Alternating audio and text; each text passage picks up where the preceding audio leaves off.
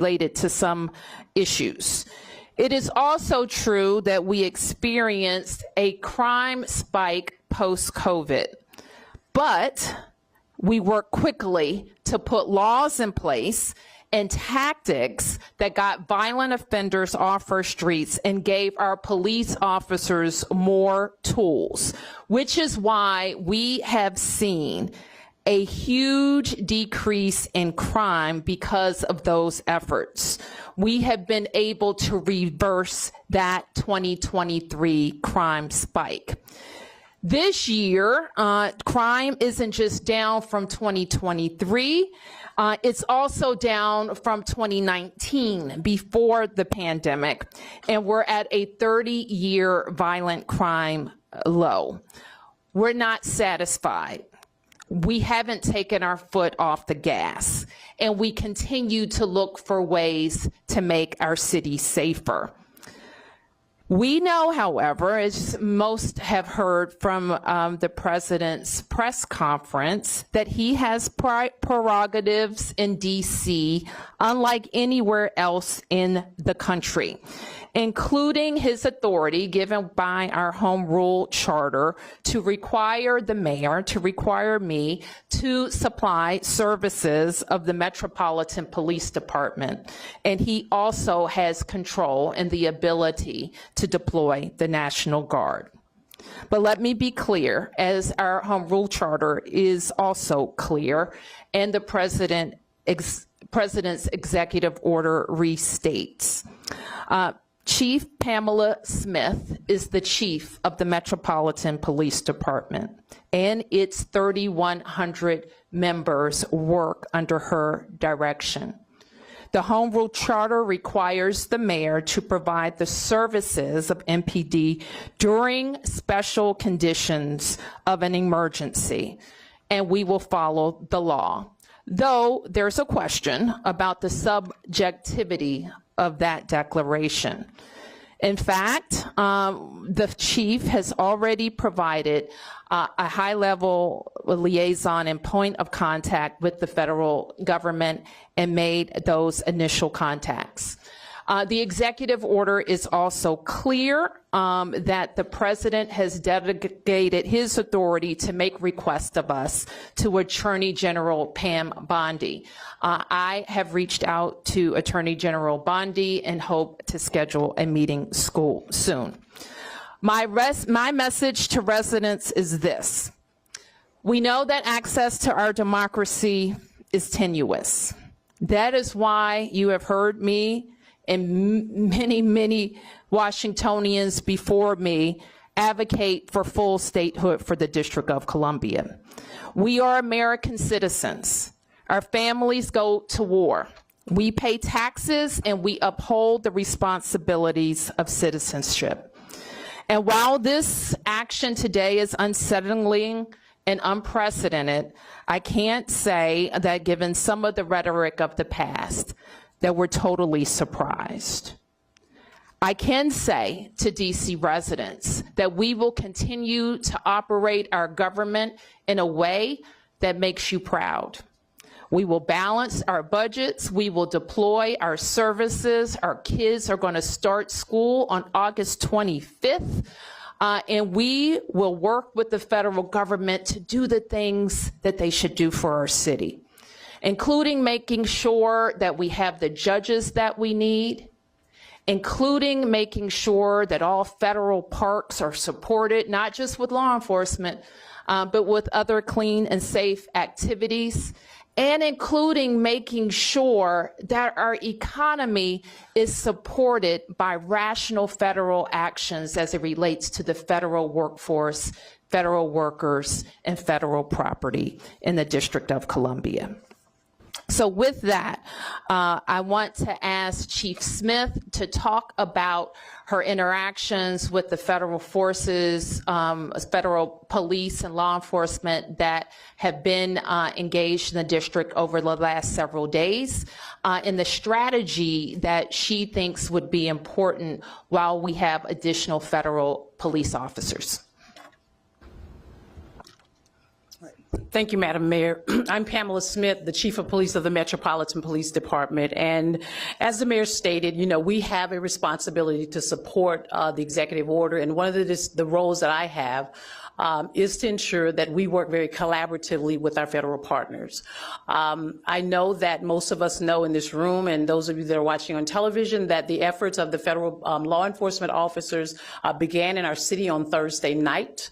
I met with the director of the U.S. Marshal, who has been at that point overseeing the operational component of how the federal resources will be allocated and deployed around our city.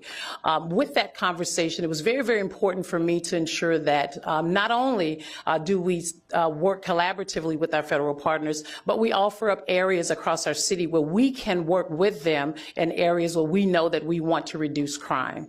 And so that was the effort on yesterday. We spent roughly about an hour just kind of planning and talking through what that's going to look like. On the heels of the announcement from the president today regarding the executive order and my directive from the mayor is that we will begin more intense planning efforts after I leave this press conference.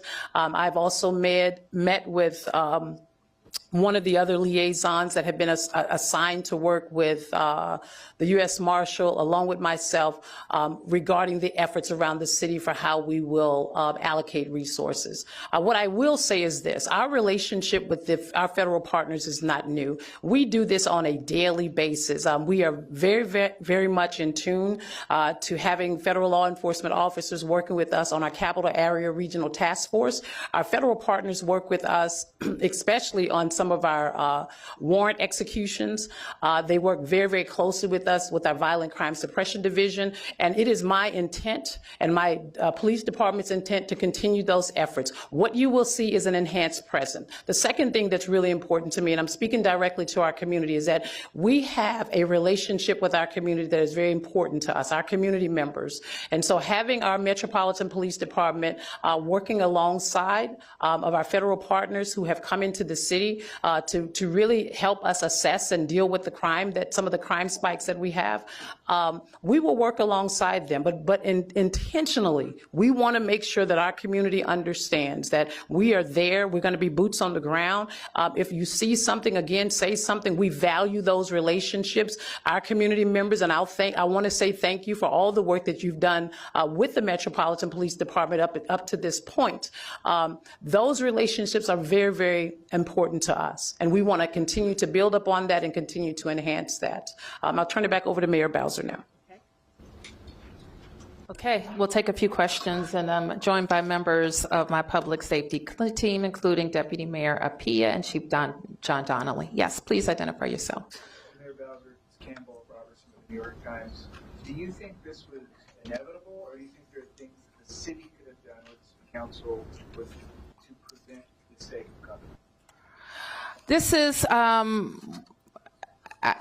don't know. I can't answer that question, and I think that's a question that you're familiar with the rhetoric about the city and how long it goes back. And we also know that we're not experiencing a spike in crime, but a decrease in crime. Yep. Mayor, Tom Sherwood, News Radio. You and the chief are talking about partnerships to the federal partners who are coming in. The president is talking about a takeover of the city's police department. Where does the chief fit in with Terry Cole, who's the new federal commissioner of the D.C. Police Department? Nothing about our organizational chart has changed, and nothing in the executive order would indicate otherwise. So the chief of police reports through the deputy mayor to the mayor of the District of Columbia, and the two people I think that were identified in the presser report to Attorney General Bondi. The executive order makes clear that all requests for MPD services, the president delegates to Attorney General Bondi. So Terry Cole? I don't recall the names. Yes. The Metropolitan Police Department? Where does he fit in that? That's a question for the Attorney General, I think. Yep. Mayor, to what extent are you planning to cooperate in this new framework, or is the city planning anything to prevent this from happening, including any legal action? Well, I think all legal, I think you probably saw the Attorney General for the district, Brian Schwab's, a statement about reviewing all legal matters, and I think those matters are under review. The plain language, however, of the Home Rule Charter indicates that there is a declared emergency. It allows the president, it authorizes the president to make those requests. And it says the mayor shall comply with those requests. So, yep. Marielle with DC News Now. Are there any concerns that, with this rhetoric that we have MPD, the National Guard, possible other law enforcement agencies on the ground, that there will be confusion about who's in charge, who these officers answer to, and how people should respond if approached by any of these officers?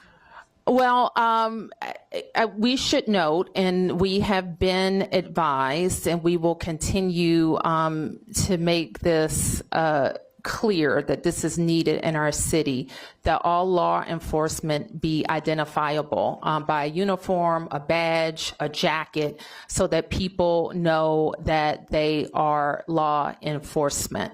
And the chief, in her coordination with the kind of the command on the federal side, will make clear kind of how the protocols for response. And if there's any additional information we need to get out to the public, we will.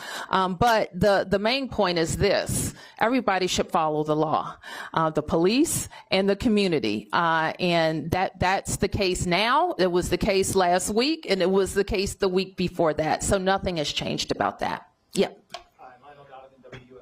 Would you be able to respond to the statement that came out from DC Police Union? They come out saying that they stand with the president and that they have also said that crime is spiraling out of control. They're also calling for the president to go even further and repeal some of the legislation that DC Council passed. I'm afraid I haven't seen that statement yet, so I don't want to comment on it. We have, worked very closely with the DC Police Union. Some issues they've advanced, I've totally agreed with. Others I haven't. One thing that we are squarely supportive of is making sure that our department can recruit more officers and get to a number that I think we need. We've worked cooperatively with them on recruitment and retention activities, on some other changes to the law that were very objectionable to the union and our members, and we will continue to do that. Yeah.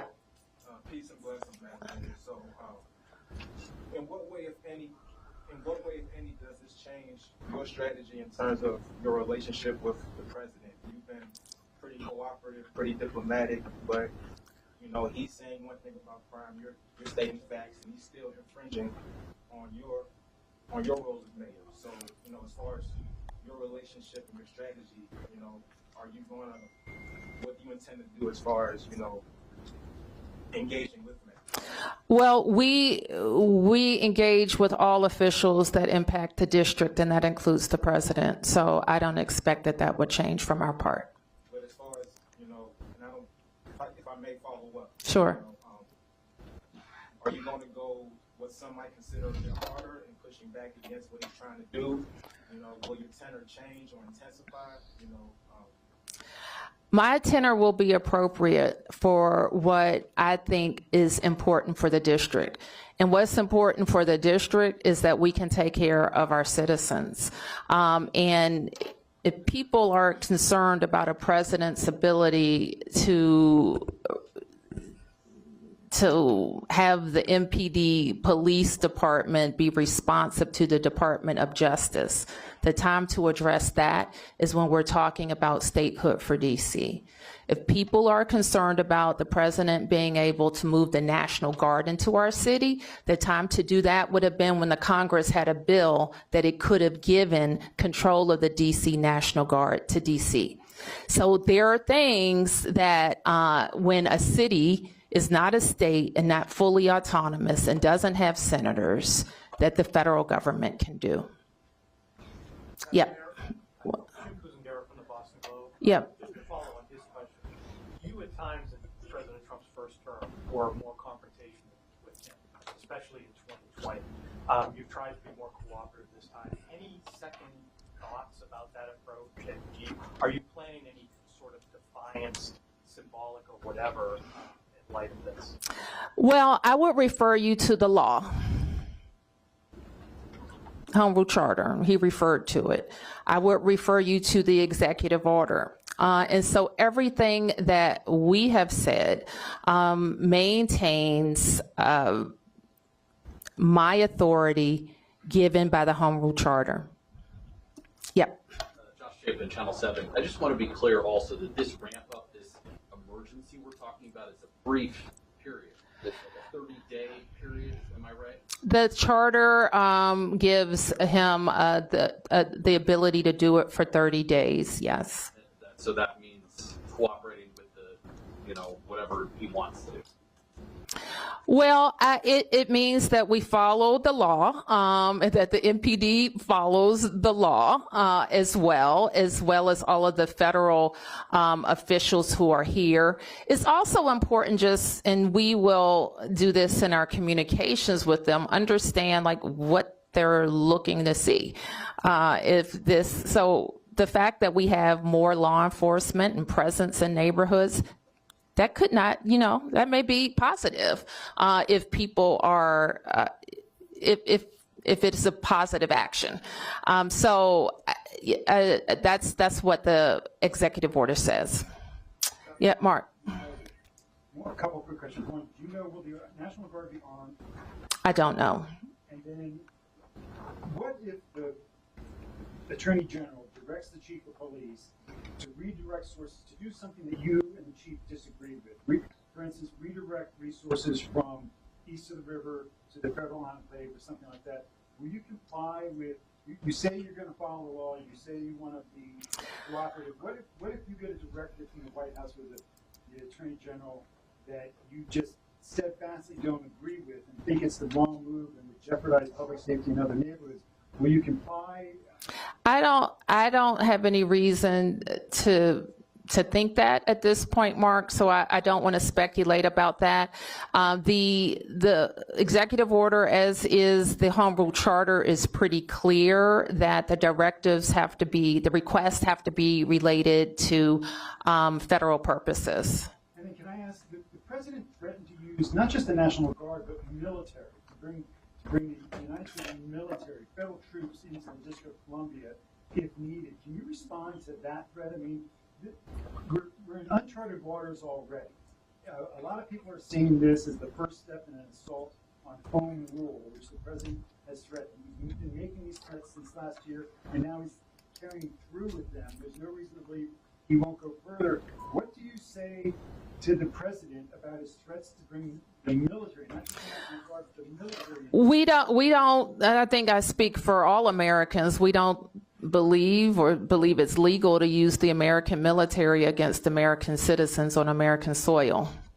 I'm not a lawyer, and but I think that's a fairly widely held fact. And so, but we've seen them move, I think, active military into California. So it's a question. We've seen active military on the borders of DC some years ago, and we don't believe that our military should be used against American citizens. Yes. Mayor Bowser, can you talk a little bit about the communication that you did receive before this morning? Did you know what this announcement was going to be before today? And can you just talk about the communication writ large before today? And secondarily, what do you say to DC residents who wanted to hear more from you, specifically in the last 5 days, being forthright, speaking to press and media? Can you just DC residents know I'm forthright. That's not a question. DC residents know that, and this press corps should know I speak to you all the time. So you should know that as well. And your question was, when I did not know that the request of MPD would be made, I believed that they would announce that they were going to call up the National Guard. I had one brief phone call related to the National Guard issue over the weekend. Mayor, Yes. Can you identify yourself? Brian Todd from CNN. Okay. Can you tell us what your main challenges are going to be? Chief Smith and the DC Police working with officials, and are you concerned that any federal official overseeing the DC Police Department is not going to know the city as well as Chief Smith and your officers? Chief Smith oversees the MPD, and all of the requests and coordination for the federal request. I don't really have a doubt that that is going to, among those officials who are law enforcement officials who have experience working together, I don't have a big concern about that communication and coordination happening. Who hasn't? Yep. Hi, Emma Huber with the Washington Post. During the news conference this morning, President Trump spoke about how he wanted to empower DC police to hit back harder. Are you aware of any changes in the works to MPD's use of force policies? And does that kind of rhetoric, how do you feel about that kind of rhetoric? Our police officers are highly professional, well-trained officers that we support with training throughout their careers. We're proud of where our department has come from in terms of their level of professionalism.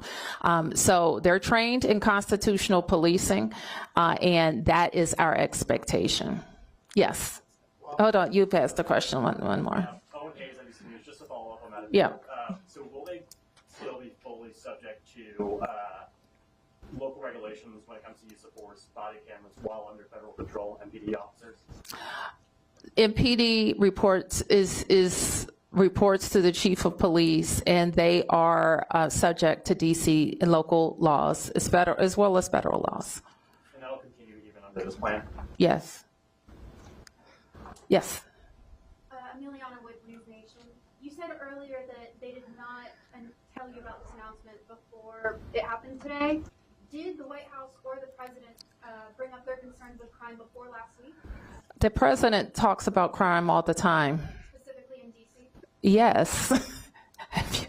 Have you not heard the president from the campaign trail?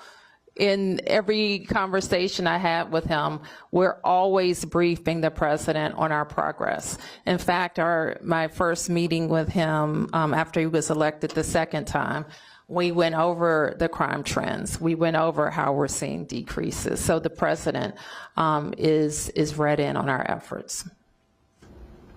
Who hasn't? Yep, over here. The Associated Press. A lot of this seems to be perceptions of what constitutes an emergency. The White House and the administration says there's an obvious emergency. Your administration with numbers, and the council says there is not an emergency here. How do you solve that? Is there an arbitration option? Where does it go from here? Because it feels like, do you agree that it comes down to what constitutes an emergency? What's next? Well, what I would point you to is the Home Rule Charter that gives the president the ability to determine the conditions of an emergency. Now, we could contest that, but the authority is pretty broad. And so, like, if you wanted to say the most outrageous thing, one might say, well, I won't say that. It could be something very small. Like, I'm not saying that that's what he's doing, but it could be. And if he deems it and he puts the meat around it and the argument around what he thinks is an emergency. When we think of emergencies, it usually involves surges in crime or crime that's not being responsive, or tools that we have that we can't use in the normal course. That's what, when we use an emergency, that's what it's for. Yep. Over Nine, ABC News National. Wanted to see if you could respond directly to some of what the president said this morning. Do you agree or have any thoughts on the picture he's painting? He said that there are, quote, bloodthirsty criminals, end quote, or roving mobs of wild youth. And he also said that DC police can do whatever the hell they want, end quote. Are you okay with that? What does that mean? Do you have any response to him or the White House talking about the DC crime stats? I mean, I think I've already addressed all of those questions. Anything else? Yep. Scott Gunn with WTOP. You described, this morning was described as a federal takeover of MPD. It sounds like you're describing this as Chief Smith is still in charge and everything will run through the department. What will this look like on a day-to-day basis as it relates to what has transpired here? What can people expect to see? Is this an instance where you all work collaboratively for big events and this is something comparable to that? No, I don't, it's not like that. It's not like the special events task force where we work together. And I think I don't want to minimize what was said. And I don't want to minimize the intrusion on our autonomy because it is very different than working a special event. So that is not what we're trying to do. But I think the chief, and I'll turn to her in a second to talk to you about what she thinks is going to be most helpful to MPD. I want to believe I answered the question a little bit earlier, but I think what's helpful to us is that we come together and we look at data, we look at intelligence when it comes to crime across our city, violent crimes as well as property crimes. And so there are other things that the federal government is also very useful for, useful in supporting us, and that is in the city is warrants, right? The execution of warrants, the U.S. Marshals holds those. This will be an opportunity for us to come together and collaborate on being able to go out and execute warrants. As we think about over the past, came in 2 years ago, 5 years prior, we looked at some of our data where we saw an increase in violent crime in certain areas across our city. We designated those areas as a homicide reduction partnership plan with some of our federal officers. What we'll do in that space is we'll enhance that presence. The other thing is that most of you know we have a nightlife task force. U Street, we have a lot of tourists, residents, individuals who come into our city on a Thursday night, Friday night, or Saturday night and enjoy the nightlife culture. We will also be able to utilize that enhanced presence in and around that area and any other crime trends that we might see that will go forth. We have our drug-free zones where we also align our federal partners in those spaces as well as our juvenile curfew zones. May I just follow up quickly, Chief? So again, this morning it's being described as a federal takeover. You all are describing it as an opportunity to enhance the crime prevention strategies you have in place. What to the community who's confused about the discrepancies, where does it fall? Well, I just articulated to you where it falls. And what I mean by that is that with respect to the two federal partners who will be working alongside me, the operations and the administrative liaison, we have a meeting scheduled for today right after this meeting, and we will be able to create an operational plan for our city that will continue to keep our city safe. Chief Smith, I just have one question. You just broke the rule. Maybe somebody else haven't asked the question already. Okay, is that it? Okay, all right. One question, because Yes, sir. Data a lot we've talked about, Mhm. data has come from MPD saying that crime has been going down. However, this morning Trump did cite a report where a sergeant was accused of messing with the crime numbers. So would you be able to respond to some of what Trump said directly this morning? Well, I cannot respond to any internal investigations, and I think, as you know, we do not talk about personnel actions with regards to our personnel. Sam. No problem. Two-part question. For me? Yes. Okay. And this is in regards to the youth. What is your professional assessment of how MPD has handled the so-called youth takeovers? And I guess the second part of my question might be more appropriate for the mayor, but. Well, can I ask the first question? Then you can ask the mayor the second question. I think when it comes to the juveniles, and I've said this, I'm very passionate about young people who are going to do great things in our city, and we have a lot of young people who are moving in that trajectory and in that space. The problem is we have a small subset of young people who do not. And I've said to parents, you need to know where your children are. We've talked about this over and over again. The mayor has enacted an executive order so that I, as the chief, can designate juvenile curfew zones around our city so that we can still give young people the opportunity to be able to be in those spaces based on what the laws and the regulations state, but we won't allow the disruptive behavior. And we've seen that time time and time again. We've looked at intelligence, we've looked at data. Sometimes we look at things that are on social media to help guide our decisions. We want young people to be safe in our city. We want them to be able to enjoy the activities of our city, but we're not going to tolerate that kind of criminal activity that we've seen in the past. The juvenile curfew zone that was enacted, we've seen a decrease in our juvenile participation in those locations. No doubt. And Madam Mayor, Yes. if I may, how effective would it be to federalize crimes that you commit? Because we keep hearing that from the U.S. Attorney for D.C., but how effective would that be as a crime prevention strategy? Well, I have had a pretty, we had a meeting with the U.S. Attorney for Janine Pirro last week, and she does have a lot of interest in juvenile crimes and how her office can be more engaged. What I committed to her then was having some conversations around the laws that she's concerned about with members of the council and seeing if there's any possibility of a omnibus to change that.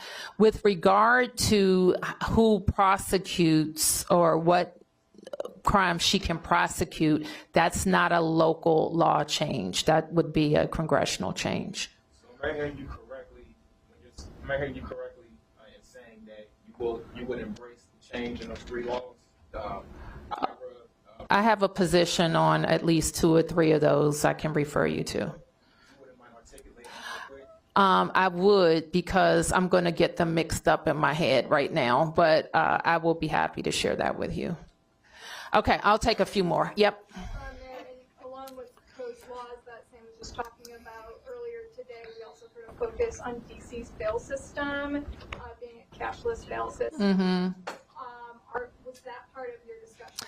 It's the first time I ever heard that come up in a situation with DC. DC has had a no cash, whatever you call it, cashless bail, I think since the mid-90s. So that's not anything new to our system. We do, and you know, that I was very, very focused in the last 2 years on having the council pass laws that would allow judges to hold violent offenders, those accused of a violent offense, pre-trial. And I believe that provision has led to our very substantial decrease in shootings and homicides. Yep. I wonder if you could specifically speak to some of the concerns that U.S. Attorney Pirro has raised about her perception of lenient sentencing for youth charged with violent crimes. Do you think that's an issue? And as she suggested, potentially charging in some instances prosecuting youth as adults, is that a potential solution, or do you agree with that? Well, the U.S. Attorney has the ability to prosecute youth for some crimes as adults. And I think she's interested in expanding that and possibly lowering the age. What I committed to her to do was look at all of the what's allowable in the law now, the types of crimes, working with the council, and working on some changes. So do you agree with her, though, that has to be expanded, or do you think that is an unhelpful solution? I don't want to say right now, because that could mean a lot of things. We want to really analyze what we think would keep us safer. What the link to crime. I will say this, and this is, some of you are new to covering us and covering these issues, but I have been in my tenure of service very pro accountability. Okay, I am an accountability mayor. If you commit a crime in the district with a gun, there has to be accountability, and that's if you are an adult or if you are a juvenile. I don't think we always have that accountability. I think what was missing from the press conference a little bit earlier, however, is what people also don't know about the district. Our prosecutors are not local. okay? They don't get elected by anybody here. They don't report to any of us. They are appointed by the president. We've also had a period of time where some of the very good police arrests that have been made were not prosecuted by the U.S. Attorney's Office. So the prosecution is a federal element. Judges are appointed by the President of the United States as well. And so those are not local judges. They don't report to any of us. So that is a part of the federal system. So anytime we talk about crime in the district, it is part local and part federal that can make changes. All right, I'll take just a few more. Mark. Bowser, the president made numerous threats about removing homeless encampments and dealing with people in the district who are experiencing homelessness. Can you talk about what preparations that you're making, your administration is making to facilitate this and what this, have you had any of those conversations with the White House, what that's going to look like and where these people would go if they would be FD12 We really haven't gotten any more detail about the plans, about the words that he said. It wasn't referenced in the executive order that came down. So we're going to work, and I believe he had a previous executive order that also identified Attorney General Bondi as a point of contact as it relates to homelessness. And such. So we'll follow up with her. Okay, last two questions. Yes. I want to go back again to the Federal Commissioner of the Metropolitan Police Department. It sounds like the chief has described this person, Terry Cole, as an advisor, as a liaison, as something. The president, people were saying that person, this Terry Cole, is going to be in charge of the police department. I can't really comment on that, Tom. I can only tell you what's in the executive order, and that's what controls. Yep. Will DMHS be coordinated with law enforcement? Can you identify yourself? Hi, I'm with Street Sense Media. Okay. What's your name? Maddie Kessler. Okay. Thanks, Maddie. Yeah. Will DMHS be coordinating with law enforcement when it comes to increased employment clearance for disaster support? And then if AG Bondi directs local law enforcement to arrest or remove people experiencing homelessness, how do DC, will Chief Smith comply? Well, let me just say what MPD needs to be focused on, and it's violent crime. We simply, like our force, when the chief deploys every day and every night, is focused on people who are committing crimes in the district. So I'll leave it at that. Mayor, one more if I could. Okay.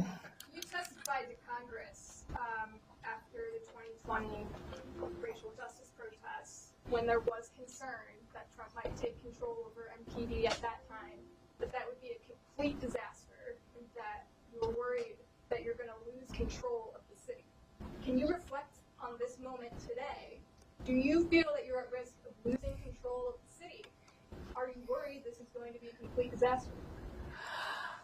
I'm going to work every day to make sure it's not a complete disaster. Let me put it that way. And I think that with Chief Smith's leadership and her expertise in both the federal space and the local space, we are going to do our level best to maintain, as the chief talked about, to maintain the trust that DC residents have in us. What could be a disaster is if we lose communities who won't call the police. That could be a disaster. What will be a disaster if communities won't talk to the police if a crime has been committed and could help solve that crime. That could be a disaster. It would be a disaster if people who aren't committing crimes are antagonized into committing crimes. That would be a disaster. So we're going to work every day to get this emergency put to an end, I'll call it the so-called emergency, and continue to do our work. And at the same time, make sure that if these are like the law enforcement officers who are called, they're leaving their homes, their towns, maybe doing double shifts. If our National Guard are deployed, they're leaving their primary mission to come. We don't want their time to be wasted. We want to be strategic and work with them. But I'll end by saying this. If we know the tools that are available to the district if we are experiencing a surge in crime, and I put them in place before. It includes curfews. I've asked the council to pass emergency legislation. I've asked the Congress for additional funds. We've done all of those things. So there's nobody here, and certainly nobody who works for me, who wants to tolerate any level of crime. And I know it's frustrating sometimes to hear if I say our crime numbers have gone down, yet you've been a victim of crime. It doesn't matter to you if crime has gone down, if you were a victim or you know someone who is a victim. So we understand that. We work every day to stop crime. Thank you, everybody.